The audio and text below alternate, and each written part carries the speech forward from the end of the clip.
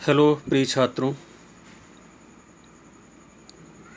आप सभी लोगों का इस NPIC वर्चुअल क्लासेस में मैं सुरेश चंद्र सिंह स्वागत करता हूं।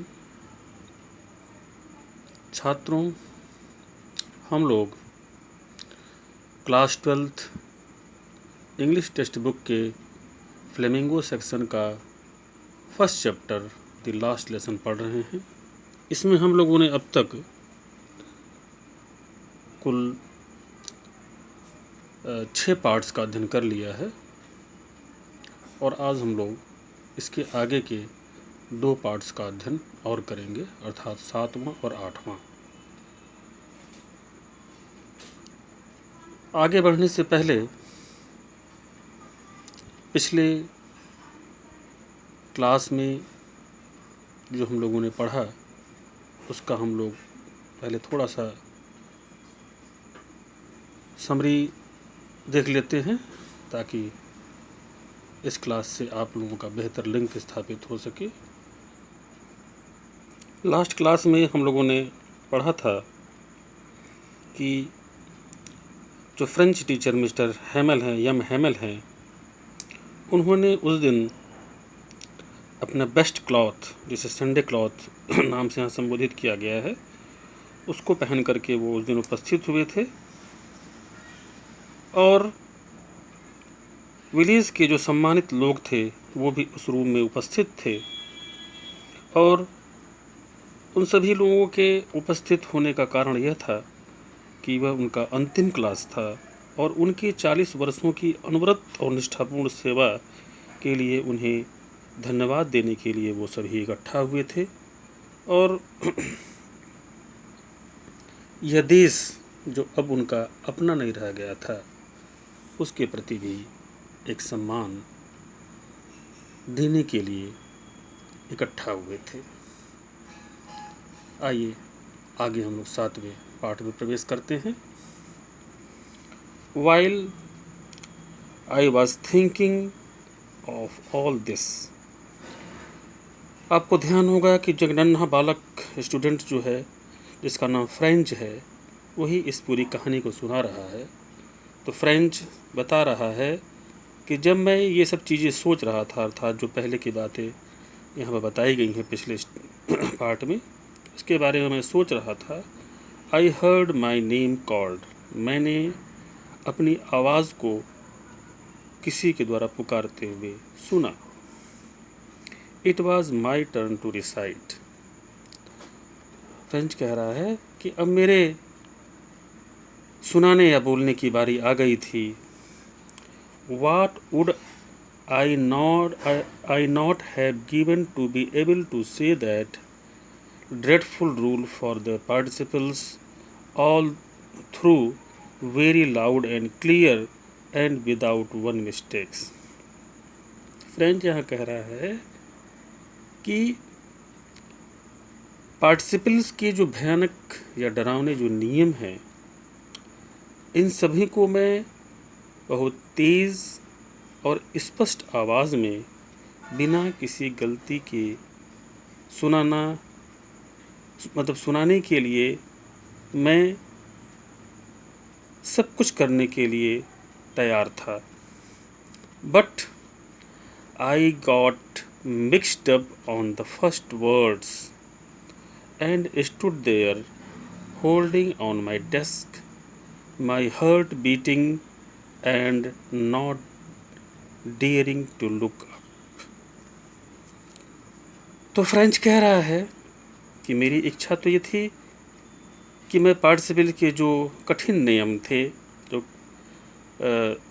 जो काफ़ी याद करने में फ्रेंच को परेशान कर रहे थे या परेशानी जिससे हो रही थी, वो जो कठिन, जिसको यहाँ पर ड्रेडफुल रूल नाम से संबोधित किया गया है, तो ये जो नियम थे पार्टिसिपल्स के, वो उन्हें स्पष्ट आवाज़ में बिना किसी गलती के सुनाना चाहता था और उसके लिए वह कुछ भी करने के लिए तत्पर था, लेकिन वह पहले वर्ड में ही अटक गया।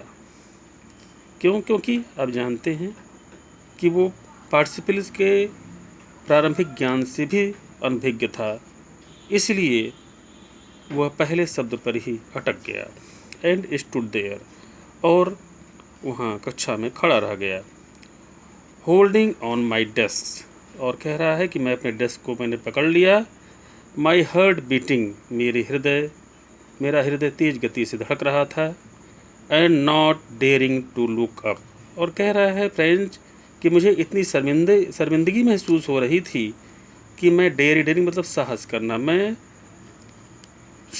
सर उठाकर देखने की हिम्मत नहीं कर पा रहा था। तो ये 7वां पार्ट समाप्त हुआ। आइए हम लोग अगले पार्ट में प्रवेश करते हैं, 8वां।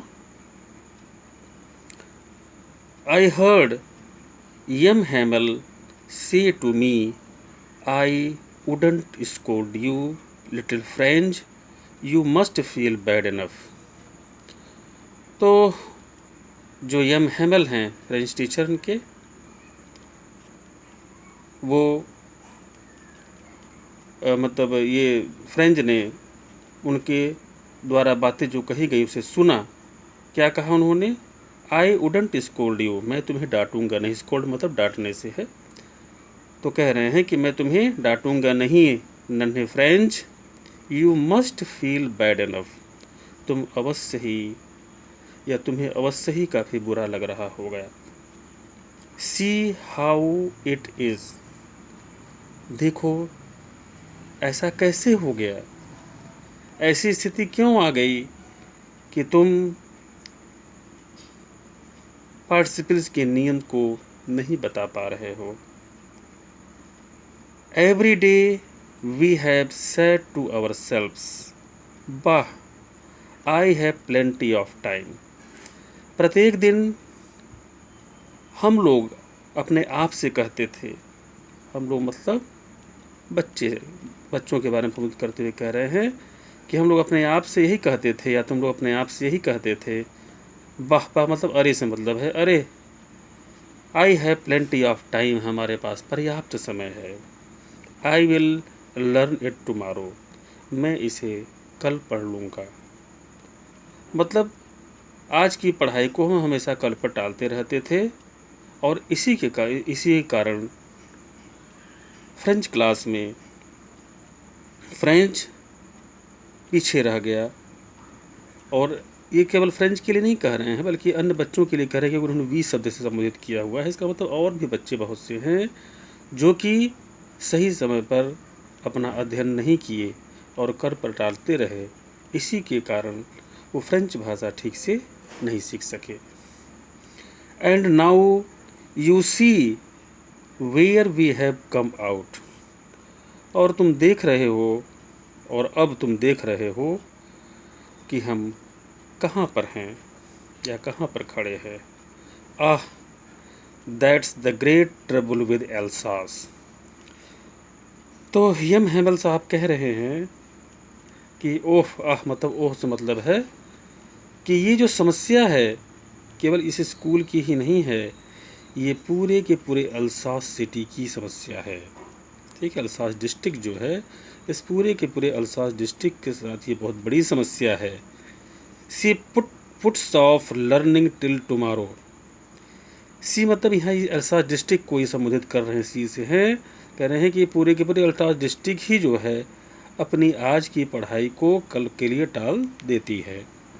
Now those fellows out there will have the right to say to you, how is it you pretend to be Frenchman and yet you can neither speak or write your own language। तो ये हैमल साहब ये कह रहे हैं कि जो बाहर के आए हुए लोग हैं, अर्थात जो उस फ्रांस की देश के रहने वाले नहीं हैं, अब क्या होगा, उन लोगों को अधिकार मिल जाएगा। किस बात का अधिकार मिल जाएगा? ये कहने का अधिकार मिल जाएगा कि हाउ इज़ इट, ऐसा कैसे है। You pretend to be Frenchman, तुम फ्रेंचमैन होने का नाटक कर रहे हो, तुम वास्तविक फ्रेंचमैन नहीं हो। ठीक है, अर्थात तुम वास्तविक फ्रेंच नागरिक नहीं हो। And yet you can neither speak nor right your own language. और तुम अभी भी अपने फ्रेंच लैंग्वेज को, जो मदर लैंग्वेज है, उसको न तो तुम बोल सकते हो न लिख सकते हो। तो तुम कैसे फ्रेंच मैन होने के अधिकारी हो? इसका मतलब ये है कि तुम फ्रेंच मैन होने का एक तरह से नाटक कर रहे हो।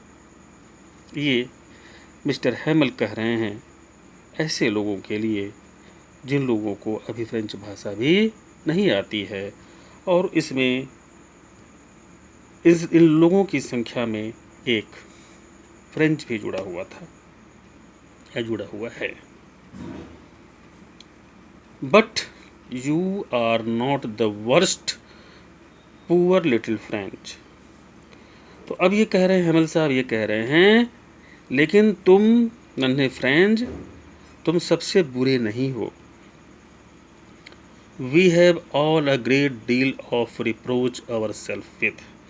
रिप्रोच मतलब निंदा करने से है। तो कह रहे हैं कि हम सभी लोग इस अपने आप की निंदा के लिए जिम्मेदार हैं।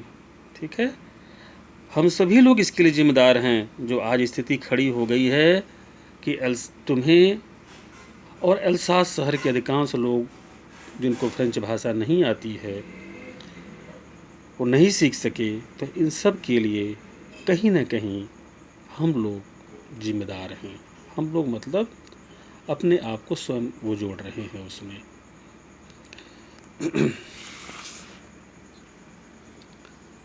Your parents were not anxious enough to have you learn। तुम्हारे जो पेरेंट्स हैं वो एंसियस नहीं थे। एंसियस मतलब पर्याप्त रूप से वो इच्छुक नहीं थे तुम्हें फ्रेंच पढ़ाने के लिए। They preferred to put you to work on a farm और at the mills so as to have a little more money। तो वो क्या प्रेफर करते थे, वो क्या चीज़ मतलब ज़्यादा जिस पर ध्यान देते थे पढ़ाई के अलावा, या पढ़ाई पर जिस चीज़ को वो ज़्यादा प्रेफरेंस देते थे, वो क्या प्रेफरेंस देते थे कि तुम लोग जा कर के अपने किसी फार्म में अर्थात किसी खेत में या किसी मिल में काम करो, जिससे कि क्या लिखा है, so as to have a little more money, जिससे कि तुम्हें कुछ धन प्राप्त हो और उस घर के खर्च को चलाने में ये धन, जो थोड़ा सा धन प्राप्त तुम लोग करके ले जाओगे, ये धन उस घर को चलाने में और महत्वपूर्ण भूमिका अदा करेगा। एंड आई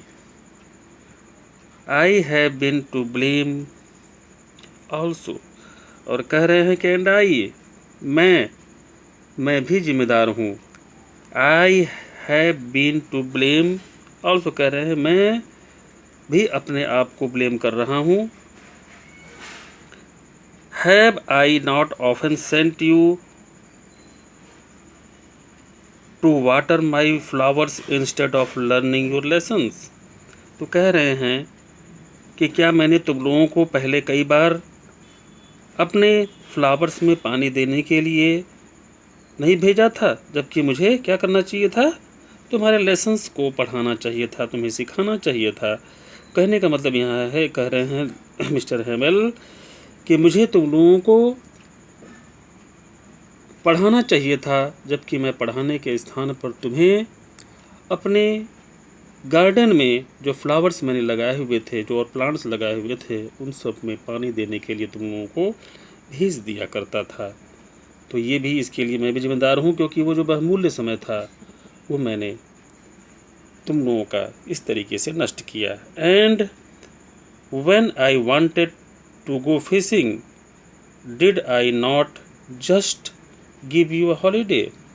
और कह रहे हैं कि इसके अलावा जब मैं फिशिंग करने के लिए अर्थात मछली पकड़ने के लिए जाना चाहता था, तो क्या मैंने तुम लोगों को हॉलीडे नहीं दिया, मतलब मैंने तुम लोगों की छुट्टी कर दी उस दिन, जबकि मुझे पढ़ाना चाहिए था। तो तुम लोगों को पढ़ाने के स्थान पर मैं तुम लोगों की छुट्टी करके मैं स्वयं फिशिंग के लिए चला जाया करता था। तो इस तरीके से इस ये जो दो हम लोगों ने पार्ट्स पढ़ा, इसमें ख़ास करके जो लास्ट अभी 8वां पार्ट हम लोगों ने पढ़ा, इसमें एम हैमल साहब जो उनके फ्रेंच टीचर हैं, वो बच्चों की इस समय की दुर्दशा के लिए स्वयं अपने पेरेंट्स को जिम्मेदार मान रहे हैं। तो आज के लिए इतना ही। Thanks a lot. Have a nice day.